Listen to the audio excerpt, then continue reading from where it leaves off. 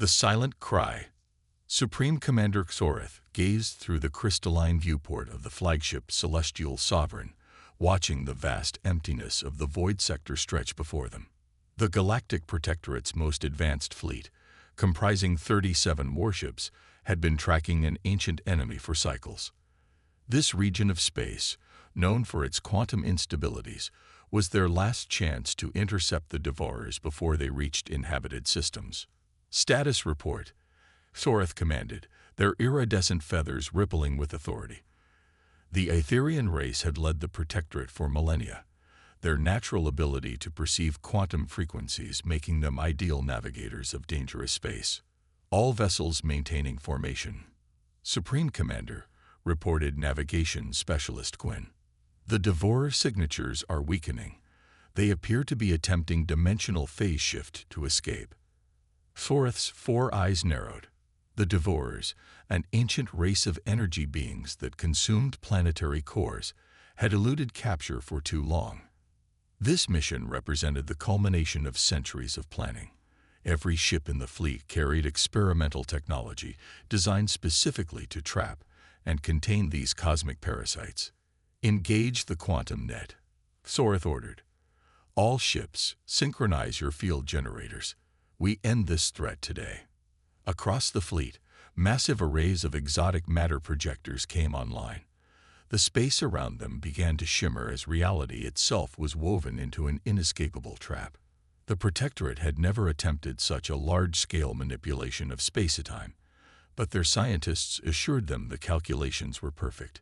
The first warning came from the Luminous Dawn, a cruiser on the fleet's outer edge. Supreme Commander, we're detecting unusual resonance patterns in the local quantum foam. The readings don't match our models. The transmission cutoff as space itself seemed to scream. The carefully orchestrated quantum fields collapsed inward, creating a cascade reaction that rippled through every ship simultaneously. Emergency klaxons blared as systems failed in sequence. The experimental drives that allowed faster-than-light travel began to destabilize, their carefully balanced exotic matter cores fluctuating wildly. Emergency protocols. Xoreth shouted, but it was too late.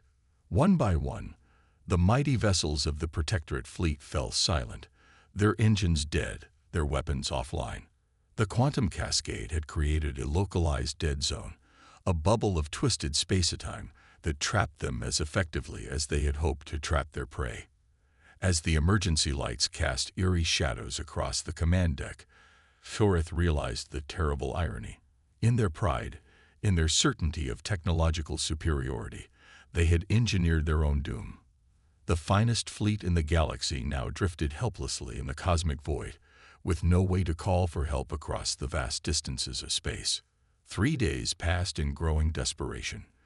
The fleet's scientists worked frantically to understand what had gone wrong, but the quantum distortion affected everything. Even their long-range communications were scrambled, reduced to meaningless static. Food synthesizers operated on emergency power, but with over 10,000 crew members across the fleet, supplies would last mere weeks. Perhaps we could launch a messenger drone, suggested Science Officer Keth, her scaled skin pale with exhaustion. Xoreth shook their head slowly. The distortion field extends for light years.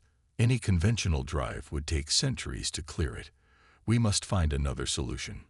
It was Junior Officer Zara who suggested the unthinkable.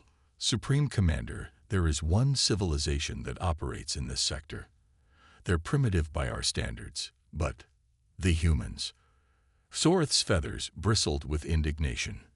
They've barely mastered fusion power. Their ships crawl through space like insects. What could they possibly?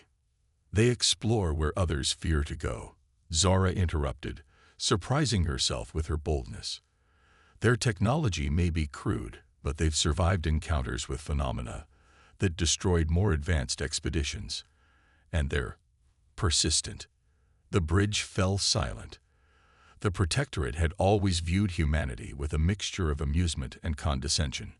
While other races had been gifted with natural advantages or ancient wisdom, humans possessed neither. They compensated with stubborn determination and an almost reckless curiosity about the universe. Torith considered their options.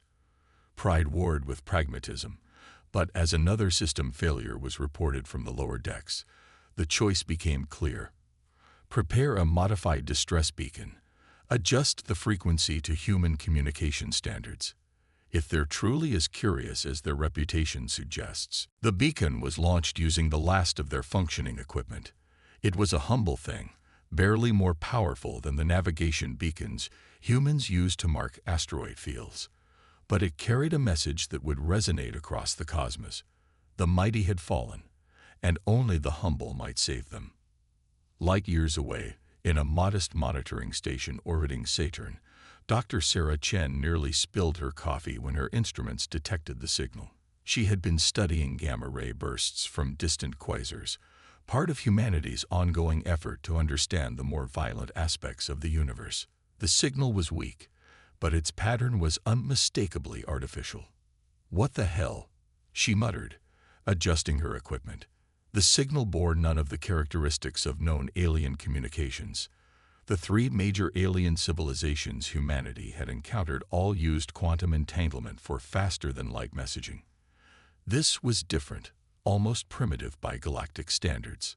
Sarah ran the signal through every translation matrix in the database. Hours passed as she worked, her excitement growing. When the message finally resolved, she stared at the screen in disbelief. It was from the Galactic Protectorate, the legendary peacekeepers of the galaxy. The same beings who had politely but firmly rejected humanity's application for membership just 5 years ago, citing their insufficient technological development.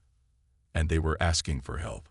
Sarah's fingers flew over her console as she verified the signal's authenticity. There could be no doubt. The quantum signatures matched Protectorate technology. She grabbed her communicator with trembling hands. "Priority Alpha transmission for Earth Command.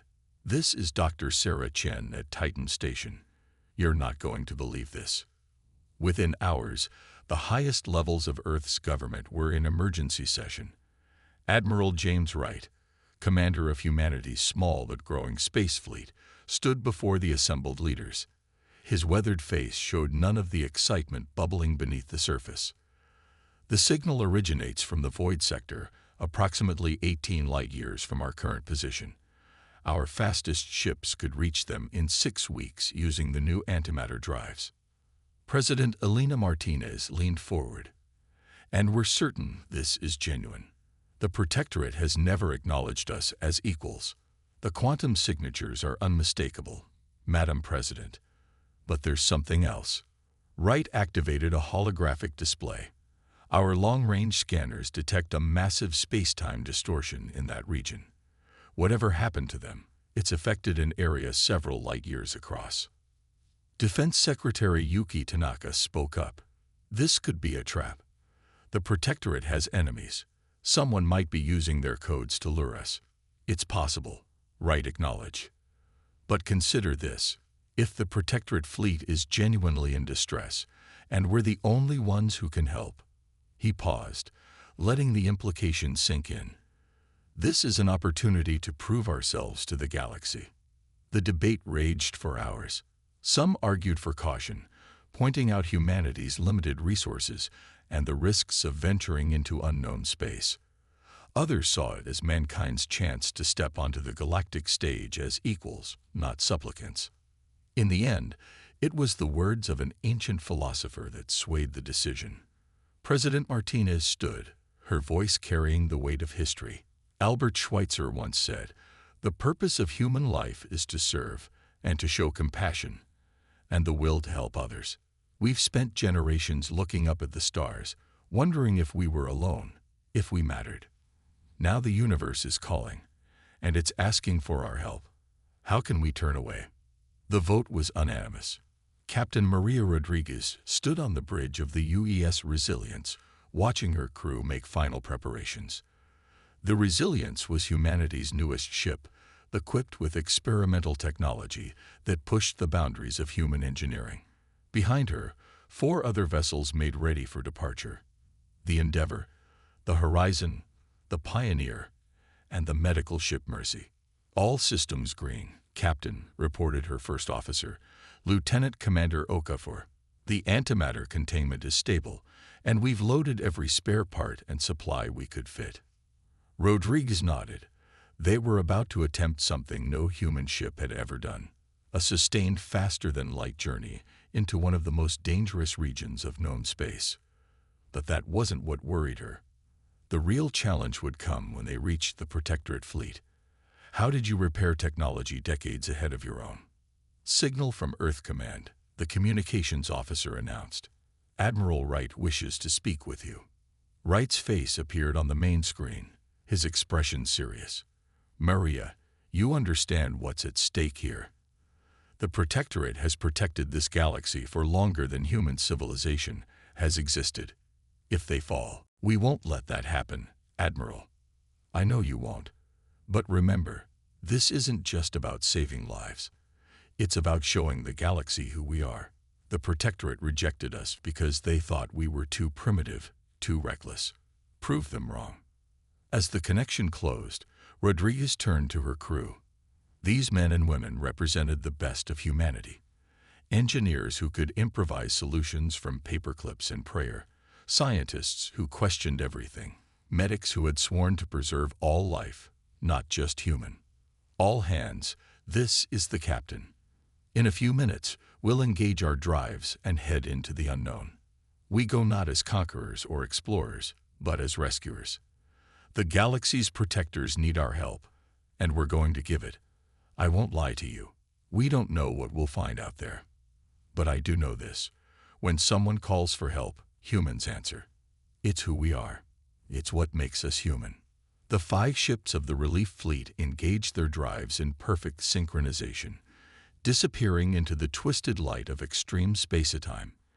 Behind them, Earth turned slowly in the void, its 7 billion inhabitants holding their breath as their representatives raced toward destiny. In the void sector, Supreme Commander Xoreth stood at the viewport, watching the stars. Another system had failed that morning.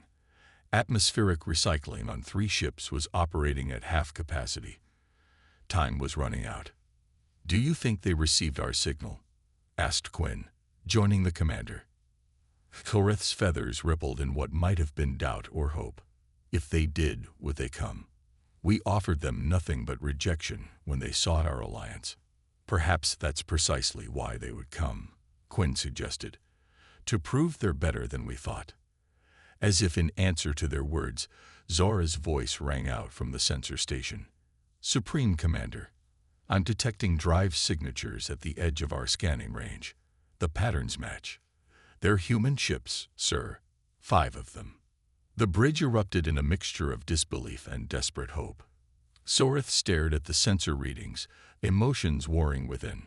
Pride at their technology's superiority had led them here. Now their only hope lay with a species they had dismissed as inferior. "Open a channel," Xoreth commanded. "All frequencies." The view screen flickered to life, revealing the human female in a crisp uniform. Her dark eyes held a mixture of determination and compassion that Xoreth had never seen in a warrior's gaze. "Protectorate Fleet, this is Captain Maria Rodriguez of the United Earth Ship Resilience. We received your distress signal and are here to help. I'm transmitting our approach vector now. Be advised, we're detecting significant space-time distortions. Do you have any information that might help us navigate safely to your position?" Xoreth stepped forward, acutely aware that every member of their bridge crew was watching. Pride had brought them to this moment. Perhaps humility would save them. "Captain Rodriguez, I am Supreme Commander Xoreth of the Galactic Protectorate. We are grateful for your response. Our situation is critical, and I fear our own actions have created the very distortion field that traps us. We will transmit all available data." Rodriguez nodded, her expression professional but kind. "Understood. Supreme Commander, we'll analyze your data and plot the safest approach. In the meantime, what's your most urgent need? Medical supplies? Power cells? Food? Our atmospheric processors are failing. Several ships have less than a week of breathable air remaining. The Mercy is equipped with portable atmospheric generators. We'll prioritize those ships. Commander, I need to ask, Do you have any crew familiar with human technology? The integration process will require close cooperation. Soreth's feathers flattened in what humans might recognize as embarrassment. I regret to say we have never studied human technology in detail. We considered it beneath our notice. A lesser being might have taken offense, but Rodriguez merely smiled. Then we'll learn together. Our chief engineer has a saying. There's no problem that can't be solved with enough duct tape and determination. You provide the problems, we'll provide the solutions. As the human fleet began their careful approach through the distorted space, something remarkable happened. The crew of the Protectorate ships, beings who had looked down upon humanity for generations, found themselves gathered at viewports and sensor stations, watching in awe as the primitive vessels navigated hazards that should have torn them apart. The humans weren't using advanced quantum calculations or exotic matter manipulators.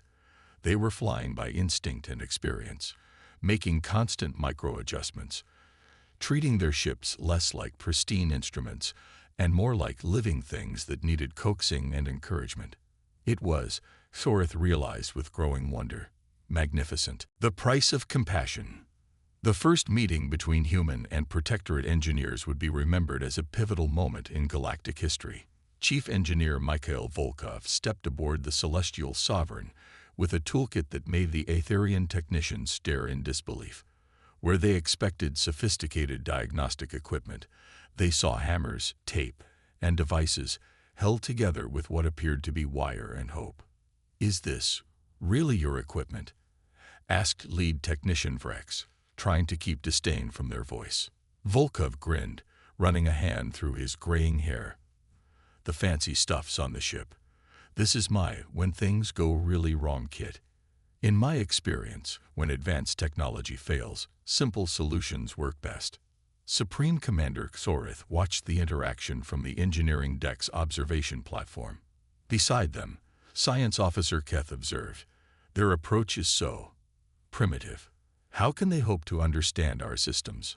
But as they watched, something remarkable unfolded. Volkov didn't try to understand the Protectorate's technology, not at first. Instead, he asked simple questions. What's the power source? Where does the energy flow? What's the critical path? "Your quantum matrices are beautiful," Volkov said, examining a failed atmospheric processor, "like a symphony in crystal. But right now, you don't need a symphony.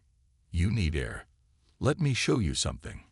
With careful movements, he began to bypass the sophisticated control systems, connecting power directly to the processing elements. It was crude, inefficient, and violated every principle of Aetherian engineering. It also worked. How? Vrex asked in amazement as the processor hummed to life. "Your people build perfect systems," Volkov explained. "Everything integrated, everything in harmony. It's gorgeous. But when one part fails, the whole system fails. Humans build differently. We assume things will break, so we design around failure. Multiple redundancies, manual overrides, systems that can limp along at 20% efficiency if needed." Over the following days, human engineers spread throughout the Protectorate fleet. They didn't replace the advanced alien technology. They couldn't. Instead, they built bridges between systems, created workarounds, and applied what Captain Rodriguez called percussive maintenance when necessary.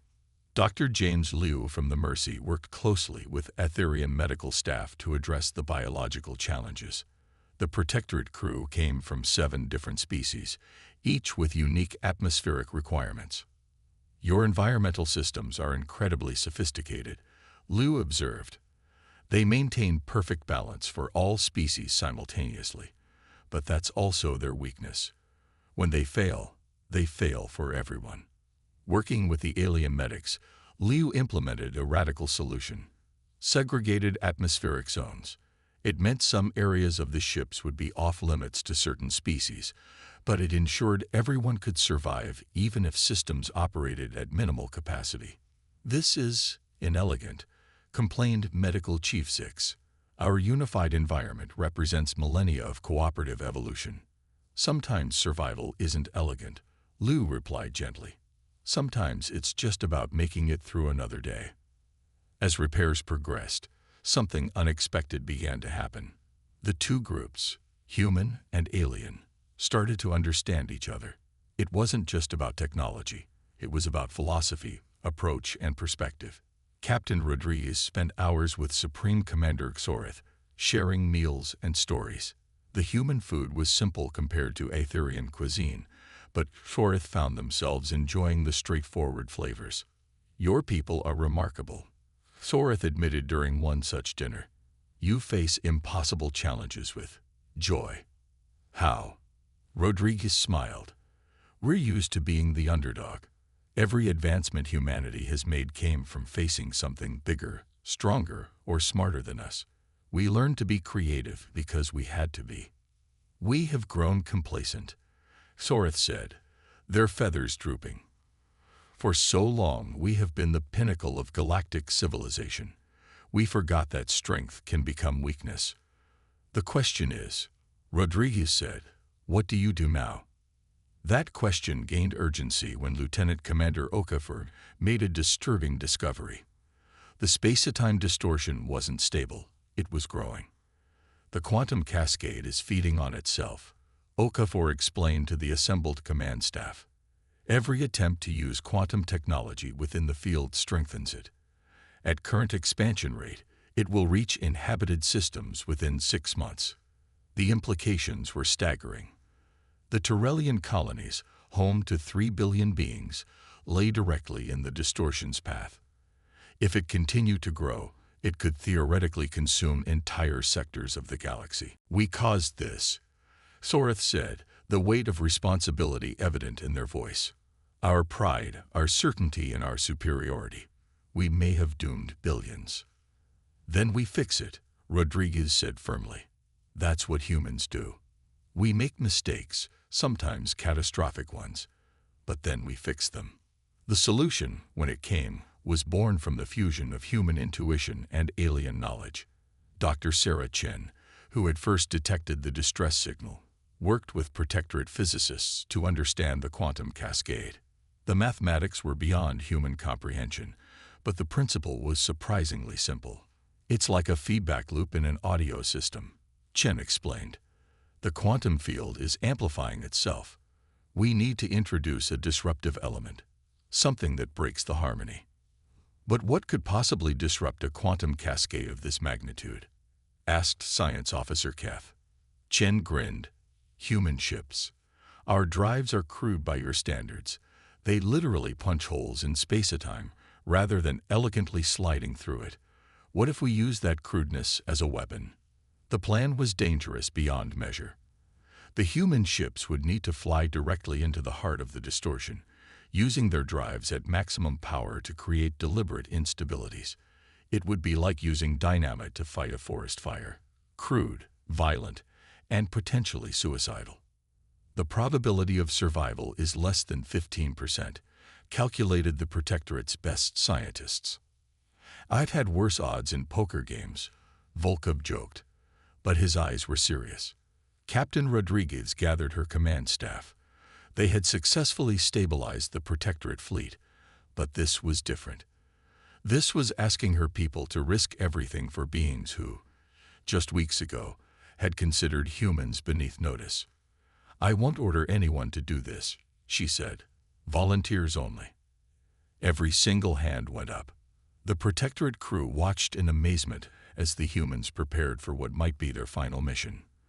There was fear, yes, but also determination, camaraderie, and even humor. "Why?" Xoreth asked Rodriguez as she made final preparations. "Why risk everything for us? We rejected you, dismissed you as primitive." Rodriguez paused in her checklist. "There's an old human saying, 'No man is an island.' It means we're all connected, all part of something larger.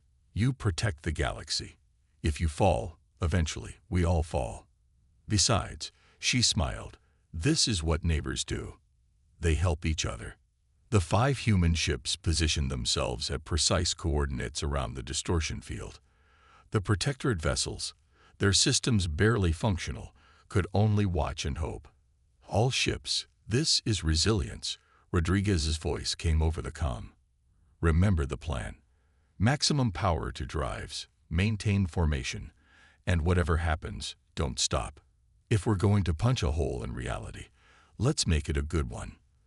The human ships engaged their drives simultaneously. The crude antimatter engines, designed with human pragmatism rather than elegant physics, tore into space-time like sledgehammers. The distortion field responded violently, quantum energies lashing out of the vessels. The Endeavour was the first to report damage. Hull breach in Section 7. Containment failing. Hold your course. Rodriguez commanded, even as her own ship shuddered under the assault. The space around them became a maelstrom of conflicting energies. Human technology, crude and violent, met the sophisticated quantum cascade head-on. For a moment that lasted eternity, the two forces battled. Then, like a soap bubble popping, the distortion field collapsed. The sudden return to normal space was almost as violent as the distortion itself. Human ships tumbled out of control, their systems overloaded, their hulls scarred by energies they were never designed to withstand. Damage report. Rodriguez called out as emergency klaxons blared. Multiple hull breaches, Captain. Drives are offline.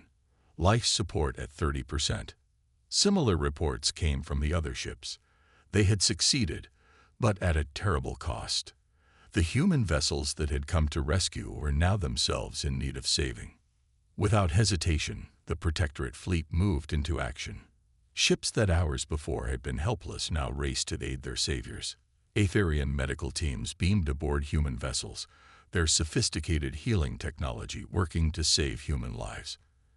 Engineering crews used their restored systems to stabilize human reactors on the verge of critical failure. Supreme Commander Xoreth personally led the rescue team that boarded the Resilience. They found Captain Rodriguez at her post, refusing medical attention until all her crew were accounted for. "Captain, you must allow us to treat your injuries." Rodriguez managed a weak smile. "Just a few scratches. Did it work? Is the distortion field gone?"